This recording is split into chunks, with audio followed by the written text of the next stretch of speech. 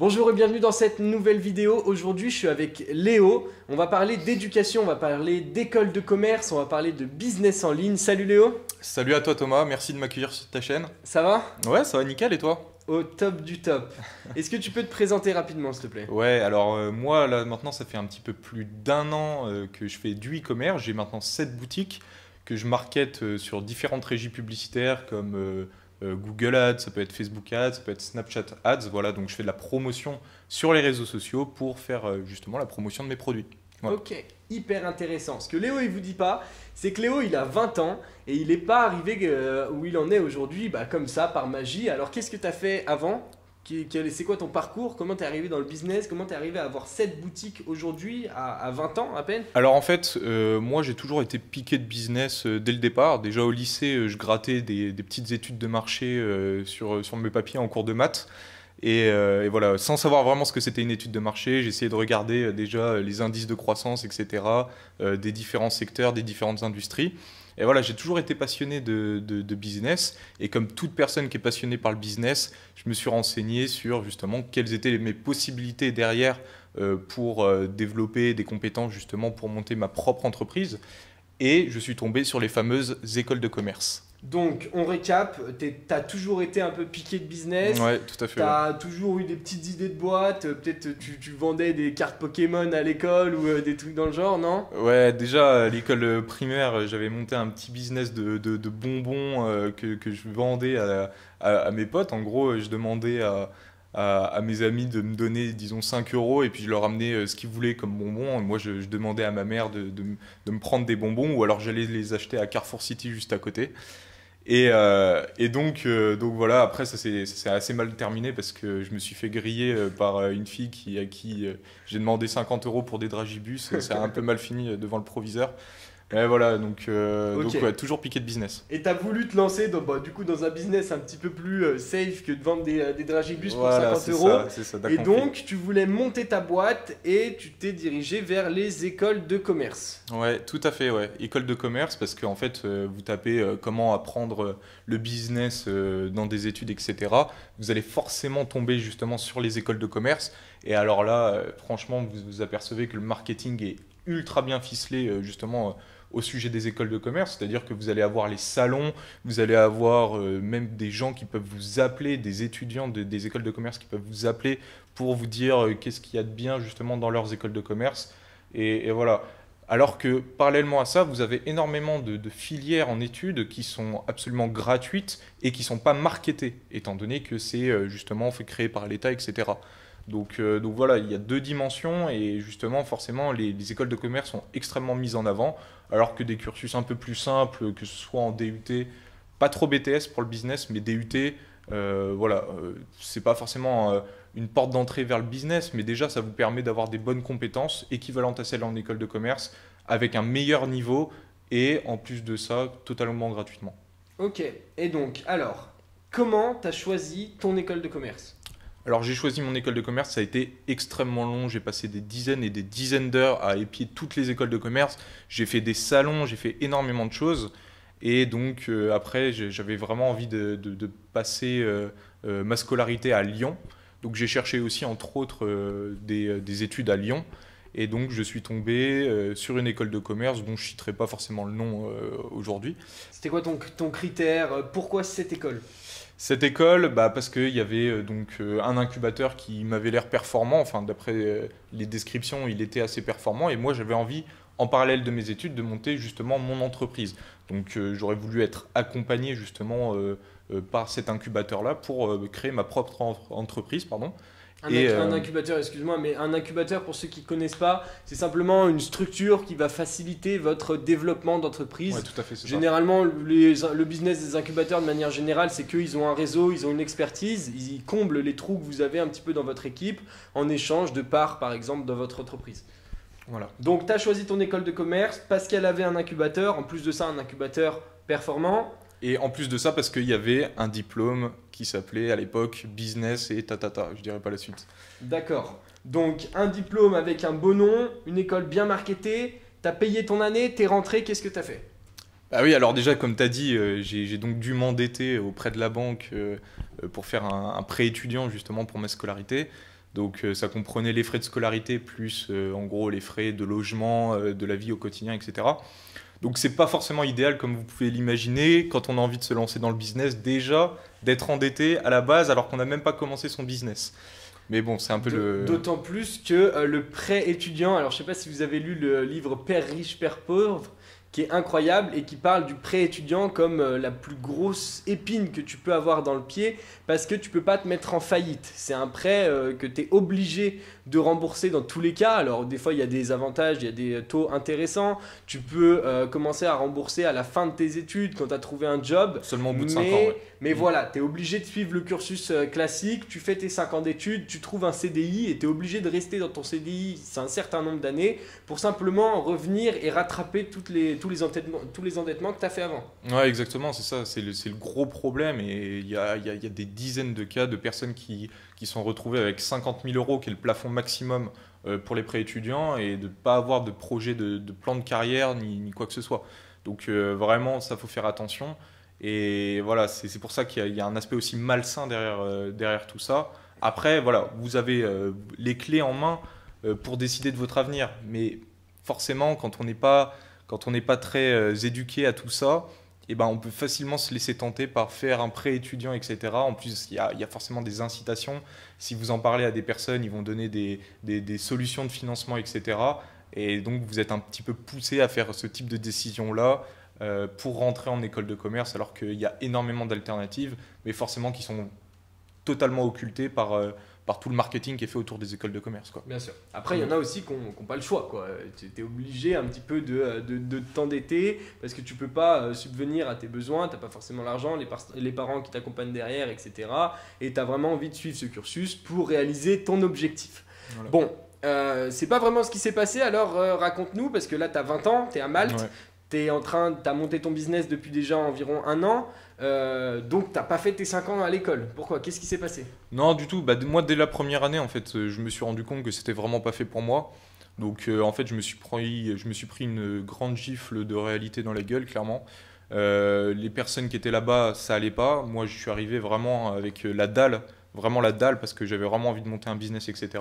Et je me suis retrouvé avec des personnes en fait qui étaient là vraiment par défaut parce qu'ils n'avaient pas forcément trouvé ce qui leur plaisait ni quoi que ce soit. Et puis ça faisait plaisir à papa, maman d'être dans une école un petit peu prestigieuse.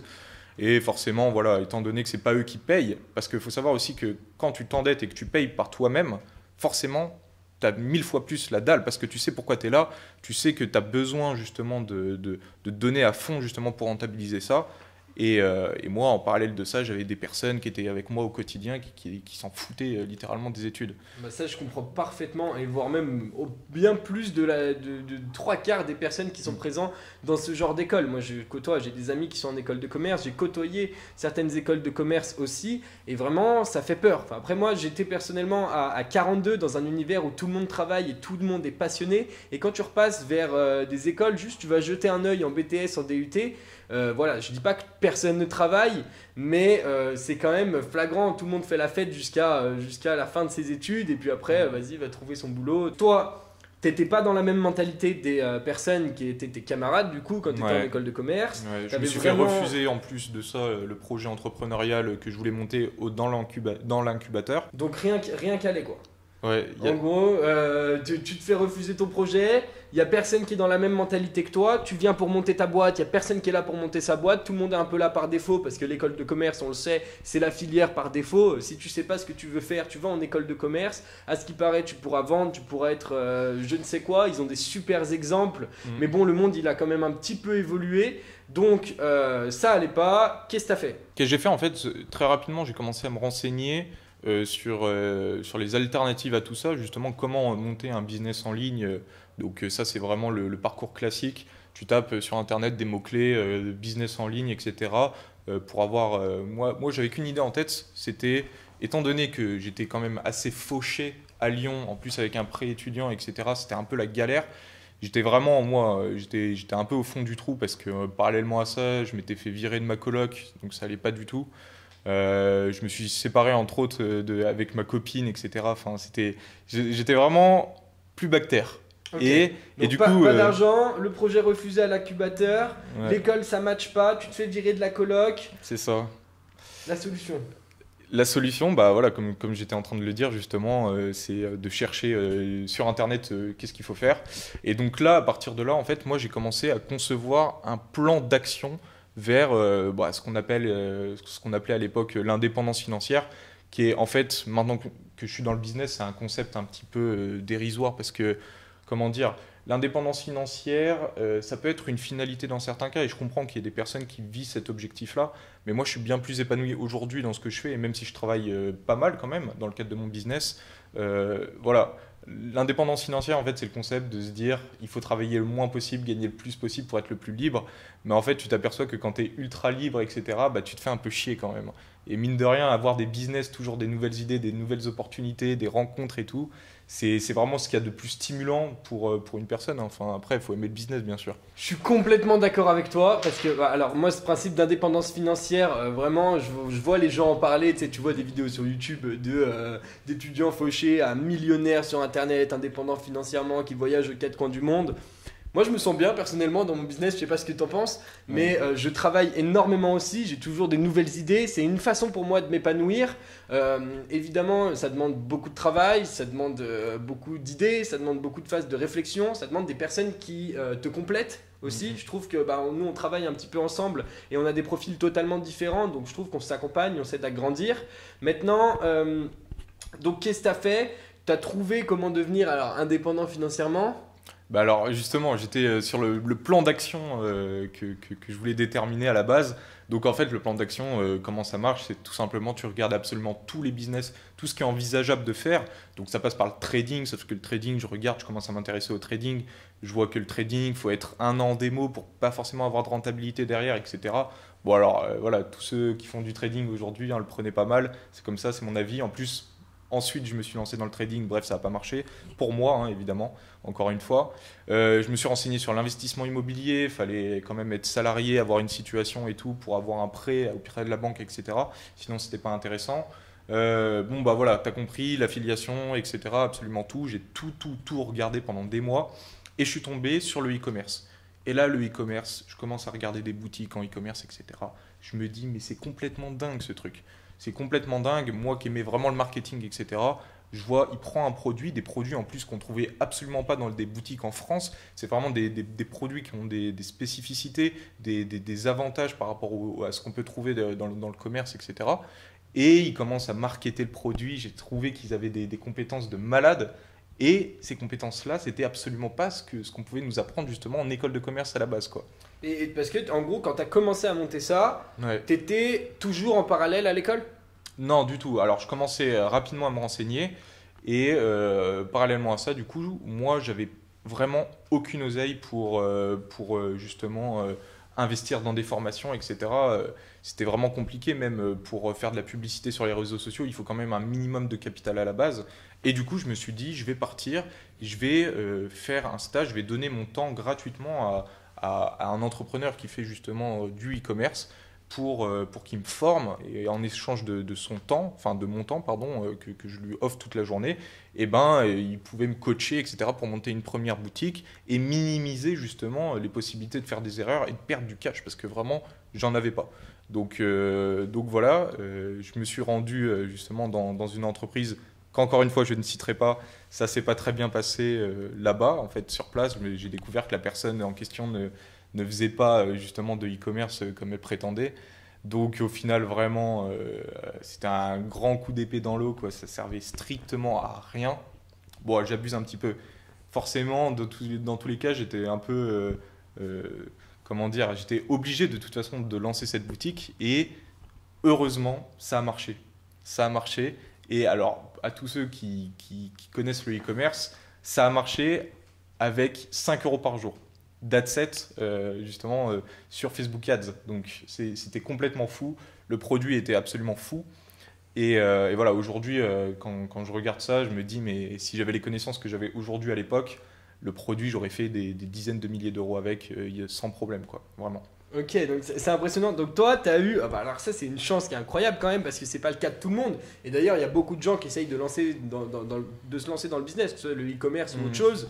Et bon, bah ça prend du temps, ça décourage. Il y a beaucoup de personnes qui sont très rapidement découragées. Et toi, tu as quand même eu des résultats au premier coup. Ouais, ça c'est vraiment une chance que j'ai eue. Ouais. C'est qu'en plus ça a été très motivant.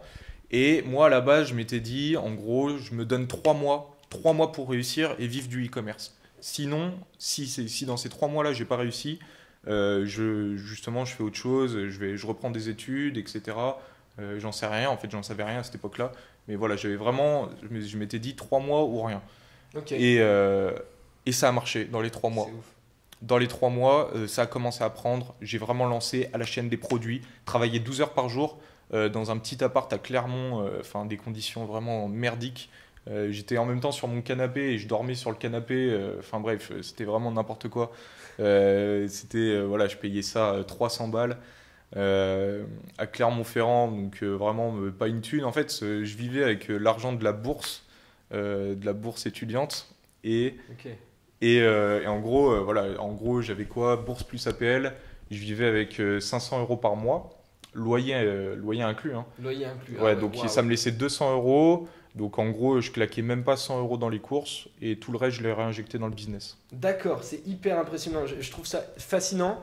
Et alors, quelle a été ta courbe d'apprentissage à partir du moment où tu as commencé à avoir ta première boutique qui marche, tu as commencé à travailler 12 heures par jour, à te dire en Mhm. fait c'est possible de gagner de l'argent sur Internet. C'est pas facile, évidemment, c'est jamais facile, ça demande beaucoup de travail, mais c'est faisable. Donc à partir de ce moment-là, c'est quoi la différence? Est-ce que tu as appris plus qu'à l'école de commerce? Alors c'est très simple, 5 heures de formation par jour en vidéo, se former, se former, se former tout le temps, tout le temps, tout le temps. Alors au début dans votre tête, je vous cache pas que ça va être vraiment le bordel, mais absolu. Et en fait petit à petit, au fur et à mesure que vous allez justement implémenter ces connaissances-là dans votre business, ça va se décanter dans votre tête et vous allez trouver les informations les plus pertinentes et les hiérarchiser et ça va vous permettre de créer une trame justement pour réussir dans votre business. Et en fait, ce que je voulais dire par là aussi, c'est que ce qu'on apprend en école de commerce, en fait, c'est ultra théorique et malheureusement, on n'a pas vraiment de cas concrets face à nous.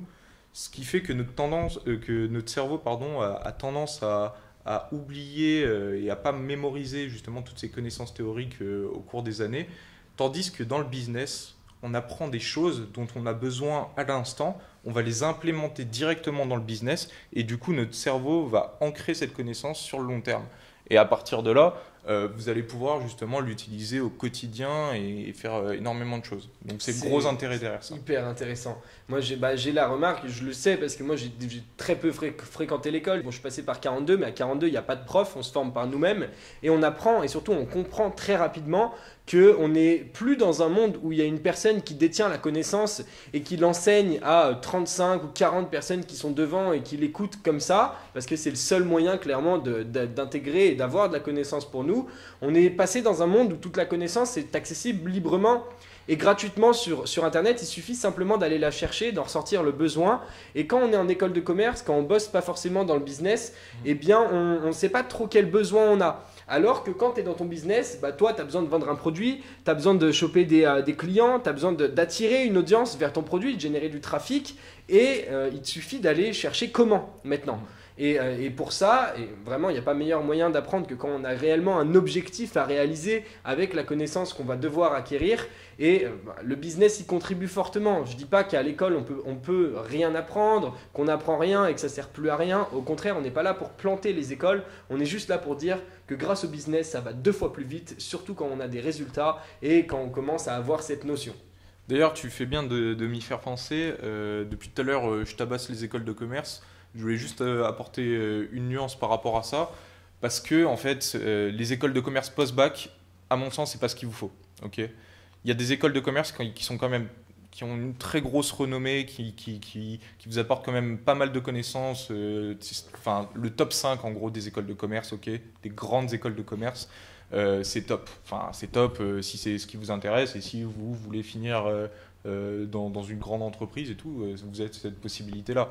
Mais les écoles post-bac, honnêtement, n'y allez pas. Vous pouvez faire quelque chose qui peut être aussi intéressant, c'est intégrer un DUT ou un BTS, des filières qui sont gratuites et dans lesquelles voilà, vous pouvez très bien vous épanouir.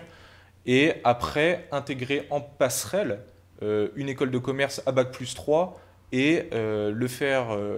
Alors, moi, ce que je conseille clairement, c'est de faire de l'apprentissage ou comment on appelle ça, l'autre apprentissage. Il y a l'apprentissage et le contrat de professionnalisation, il me semble.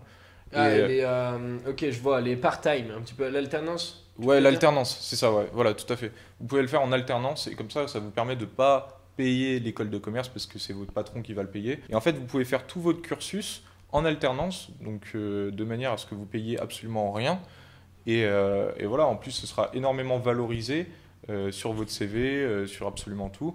Et justement, il y a ce truc-là de dire, vous avez la connaissance théorique une semaine et la connaissance pratique, enfin l'aspect pratique des choses, justement en entreprise. Et du coup, ça va permettre de mieux connecter au niveau de votre cerveau. Bien sûr, bah, quand on voit 42 par exemple, à 42 on fonctionne totalement dans le sens inverse, c'est-à-dire qu'on va passer par la pratique et après on va aller chercher la théorie pour déjà galérer, appliquer et vraiment se dire je vais résoudre mon problème de galère grâce à la connaissance théorique que je vais avoir. Et c'est pas on va me donner de la connaissance théorique, on va me la faire bouffer. Sachant que je ne vais même pas savoir où la caler et ce que je vais devoir en faire après. Et justement, on va aller la prendre une fois qu'on a déjà pratiqué, qu'on sait ce qu'on doit faire et qu'on en ressent un réel besoin. Parce qu'on va y donner tout notre temps, on va y donner toute notre attention, on sait exactement ce qu'on veut faire avec et on va aller la chercher. Il y a 2 écoles, encore une fois, vous pouvez passer par l'école, par un cursus standard comme Léo disait. Vous pouvez aussi vous former sur Internet, il existe plein de formations, il existe plein de ressources. Les ressources sont généralement gratuites, les ressources payantes qu'on peut trouver et que moi je crée par exemple, c'est simplement de la concaténation de connaissances, c'est pour vous éviter de perdre du temps. Donc toi aussi tu t'achètes des formations ? Ouais, aujourd'hui, moi j'achète des formations. Donc en fait, moi j'avais commencé à la toute base avec une formation, mais qui était malheureusement un petit peu obsolète. Parce que, en fait, voilà, ok, la nouvelle économie, c'est impressionnant, il y a plein de choses, etc. Mais les informations se périment extrêmement vite, tout change à une vitesse vraiment impressionnante. Et donc voilà, il faut se former en permanence et ça va être ça votre grosse valeur ajoutée quoi, dans le business globalement, c'est de toujours avoir les meilleures connaissances, être à la pointe. Et pour ça, moi je vous invite vraiment à prendre, si vous faites de la publicité sur les réseaux sociaux, etc., à prendre contact avec les personnes qui gèrent, les experts en fait des différentes régies publicitaires, leur poser des questions un maximum, etc. Et ils vous répondront, il n'y a aucun souci. Et là, vous serez vraiment à la pointe justement de ce que vous pouvez faire sur les réseaux sociaux et dans n'importe quel domaine d'ailleurs. Hein. Si vous appelez les gens, ils vont vous aider parce que vous leur faites gagner de l'argent, donc n'hésitez pas à rentrer en contact avec eux. Je trouve que le monde du business, c'est un monde qui est hyper bienveillant, ou du moins les personnes qui entreprennent de manière générale sont très bienveillantes. Dans le code, on a une immense communauté qui est sur Internet, qui interagit, qui vraiment, il y a tous les articles et les forums de la Terre pour trouver ce qu'on a besoin. C'est exactement pareil dans d'autres domaines. J'aimais bien le fait que tu disais que stocker trop de connaissances, eh ben, c'est dangereux, que les connaissances, elles évoluent, il faut toujours se former, toujours faire de la veille. Il y a Nicolas Sadirac, par exemple, qui prône cet exemple-là, donc Nicolas Sadirac, une personne qui est là pour un peu innover et changer les systèmes d'éducation qu'on a aujourd'hui. C'est la personne qui a contribué au développement d'Epitech, d'Epita, qui a créé 42 par la suite, qui est en train de créer la zone 01 à l'heure actuelle, qui pour lui, l'éducation c'est un enjeu incroyable et il le dit, stocker de la connaissance, du moins dans les métiers du numérique, c'est dangereux. Pourquoi ? Parce que notre cerveau, il se dit que la connaissance qu'on a appris, elle est vraie, et avant de la remettre en question plus tard et de désapprendre ce qu'on a appris, il va falloir un temps fou. Alors que là, on a toute notre connaissance, je vous montre mon PC, mais qui est étendue, tout notre savoir est étendu sur Internet, il suffit d'aller le chercher, et les réponses peuvent potentiellement changer, mais elles seront toujours là, elles seront toujours vraies, en fonction de l'époque à laquelle on va le rechercher. On va conclure cette vidéo. Déjà, merci Léo pour cette intervention. Donc, les écoles de commerce. Globalement, bullshit. Hein. Clairement, hein, qu'on se le dise, bullshit, les gars. Lancez-vous pas là-dedans, les gars et les filles. Hein, d'ailleurs, si vous voulez entreprendre, en tout cas, si vous avez cette perspective-là, franchement, renseignez-vous. Et puis, vraiment, après, si vous tombez sur cette vidéo parce que vous vous intéressez aux écoles de commerce et que c'est vraiment ce que vous avez envie de faire, voilà, vous avez justement cette trame-là de se dire vous pouvez passer par un DUT, en alternance et après intégrer des écoles de commerce en passerelle. C'est une possibilité, mais voilà, aujourd'hui c'est dangereux. Pour moi, c'est même dangereux les écoles de commerce parce que ça pousse beaucoup de personnes à s'endetter alors qu'il n'y a pas forcément cette nécessité-là. Il y a plein de cursus qui sont alternatifs et qu'on ne met pas forcément en valeur malheureusement. Voilà, c'est notre avis. On n'est pas là pour vous dire n'allez surtout pas en école de commerce. C'est notre retour sur la question. Ça a permis à Léo d'entreprendre à 20 ans, voire même moins de 20 ans. Et franchement, à l'heure actuelle, il a un stade qui est quand même assez sympa. Léo qui a monté également sa chaîne YouTube il y a très peu de temps. Tu peux nous en parler très rapidement? Ouais, rapidement. Donc c'est Smarticom.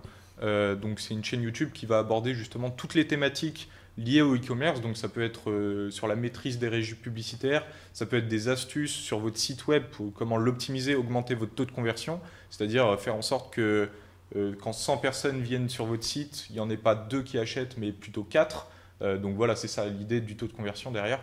Et voilà, on va aborder toutes les thématiques en fait. C'est une chaîne qui se veut participative, donc vous pouvez aussi donner des idées de vidéos. Et si le commentaire vient assez souvent, bah, moi je les aborde et il n'y a aucun souci par rapport à ça.